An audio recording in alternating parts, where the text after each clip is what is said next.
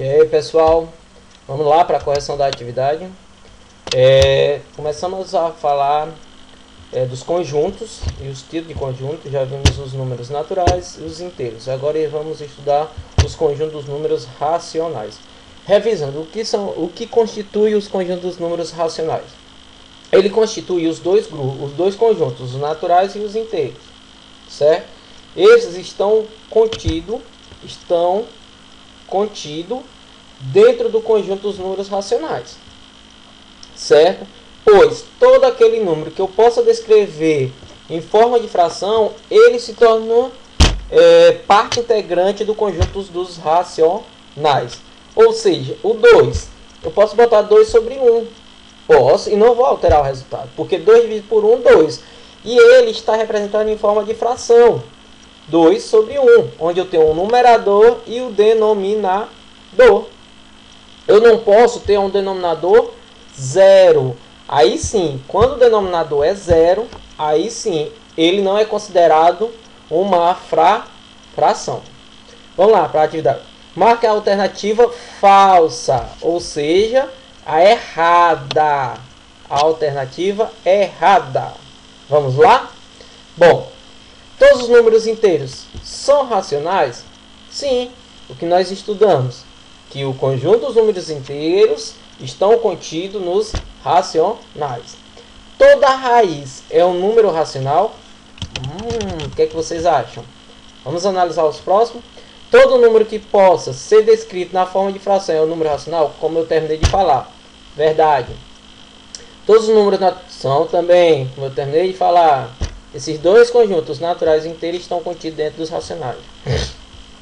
Toda dízima periódica pode ser considerada um número racional? Vamos analisar essas duas? Vamos. Primeiro, toda raiz é um número racional? Não, pessoal. Não pode. Por quê? Raiz de 2. Eu vou ter uma dízima, mas ela não será periódica, porque eu não vou ter um período específico na parte decimal. Ou seja, não é.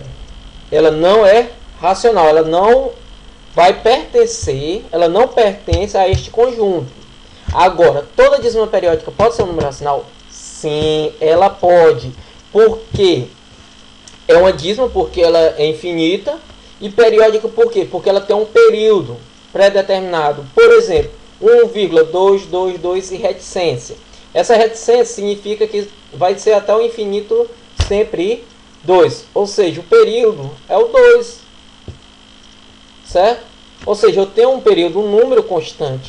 Já nas demais, por exemplo, raiz de 2, raiz de 5.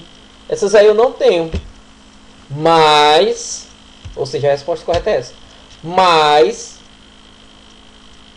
tem uma exceção. Quando essa raiz ela pode ser exata, por exemplo, raiz de 4, raiz de 25, raiz de 36, 144, certo? Essas aí vai ter um resultado. E esse resultado será um número inteiro, certo? Raiz cúbica de menos 8, menos 2. Raiz cúbica de 8, 2. Ou seja, vai ter um valor inteiro. O seu resultado vai ser um número inteiro.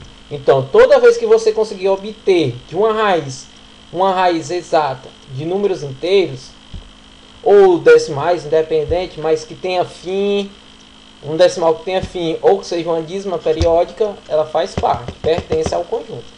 Certo? Agora, raízes que não obtém resultados, certo, inteiros, não pertence ao conjunto racionais, beleza? E quando for uma dízima, ela tem que ter um período. Por exemplo, 1,35, 35, 35, ou seja, o período é o 35, ok? Vamos lá. Já aqui é mais simples ainda. Qual alternativa podemos transformar em uma fração? Raiz de 7. Não tem. Eu não tenho um valor raiz de 7. O π é 3,141634, assim vai, até hoje ninguém achou o fim do π. Então esses dois já está eliminado.